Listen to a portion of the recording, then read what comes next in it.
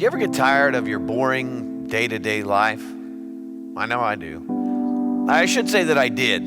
Then I decided to do something about it. You see, conventional wisdom says that you live your life and then your parents die and they give you whatever they have left over, an inheritance. I'm sorry, that just wasn't good enough for me. So I decided to do something about it, I want my money right now. So one day, I walked right up to my dad and I said to him, Dad, I want what's coming to me right now. That's what my youngest son said to me. I want what's coming to me right now. All I could think of that moment was, I'd like to give you what's coming to you right now. I brought him into this world and I can make another one just like him. But he's my son and I love him. So I gave him his money and told him if he could have a better life on his own without me, so be it. He packed his bags, and the next thing I knew, I was out of there.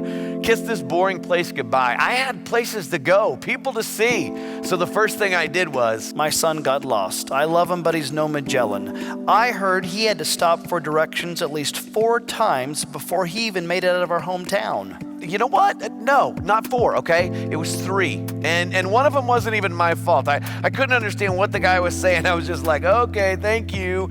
And besides that, the only reason I can't follow directions is because somebody never taught me to follow directions. Don't go there. Okay, look. The point is, I got out of there and I started to live it up. I mean, I had more friends than I knew what to do with. I was eating like a king. I had the finest clothes and the ladies. What can I say about the ladies? I can say something about the ladies. They were women, but they were not ladies. Okay, you know what? Never mind. The thing was, life was good.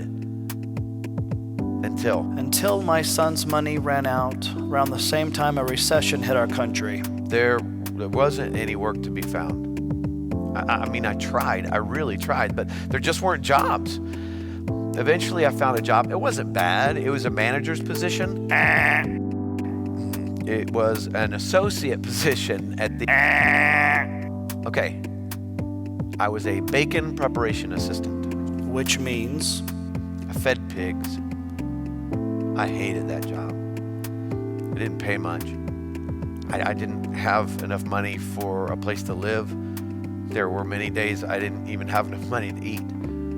Sometimes I was so hungry, I would gladly have eaten the disgusting scraps I was feeding the pigs, but I couldn't. They wouldn't let me. So, with hunger pains as a constant reminder of how I'd squandered everything my father had given me, I lived in agony day after day. Day after day after day, I'd watch and I'd wait for my son to come home, and my heart would ache as only a parent's heart could for his own child. But hear me on this. I never gave up on him. I never gave up on him. I knew that it would happen one day. One day it hit me. One day I realized that the lowliest of my father's workers lived better than I did. At least they had a place to live and food to eat, and I didn't have either one of those things. So I wondered, what if he never comes to his senses? What if he lets pride just get in the way? No. I will see him again. Again and again. These thoughts ran through my head as I began my journey back to my father's house. I knew what I would do. There's no way that I would accept a handout, and I couldn't expect him to take me back as his son. So I would ask him to hire me on as a worker. I mean, maybe he would do that. Just maybe. Maybe today will be the day that my son will come home. That's what I would say every morning when I'd wake up. Maybe today will be the day that I would see him off in the distance as he makes his way back home. Home. That word means so many things. Comfort, care, security, love, home. I couldn't believe I was just a few hundred yards away from it. It was a beautiful day. I was sitting on my front porch, and that's when I saw him. He stood up out of his chair. He looked in my direction. He squinted his eyes to get a better look at me. And then I began to wonder, what if he doesn't take me back? What if I get to him and he just looks at me and he says, I told you so, I told you so. Some of you would just roll your eyes every time I mentioned my son. But I knew he would come back. I just knew this was a bad idea. I knew I shouldn't have done this, and so I just stopped. He just stood there. I couldn't move. I couldn't just stand there, so He jumped. My dad literally jumped off the porch. I'd never seen him do anything like that before. It was like he was this little kid who was excited about something. And then it hit me. He was excited about me. So you know what I did next? I ran. My heart was pounding so fast, I just had to get to him. I'd never seen him run so fast.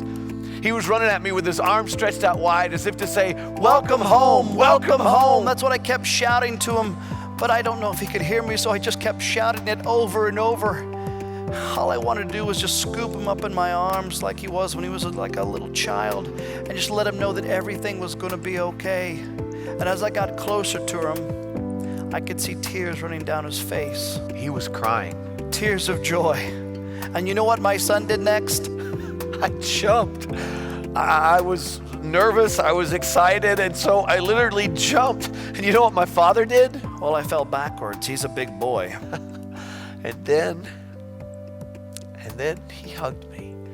And he embraced me like only a father can. I kept saying over and over again, "I am so sorry. I'm so sorry. I'm so sorry.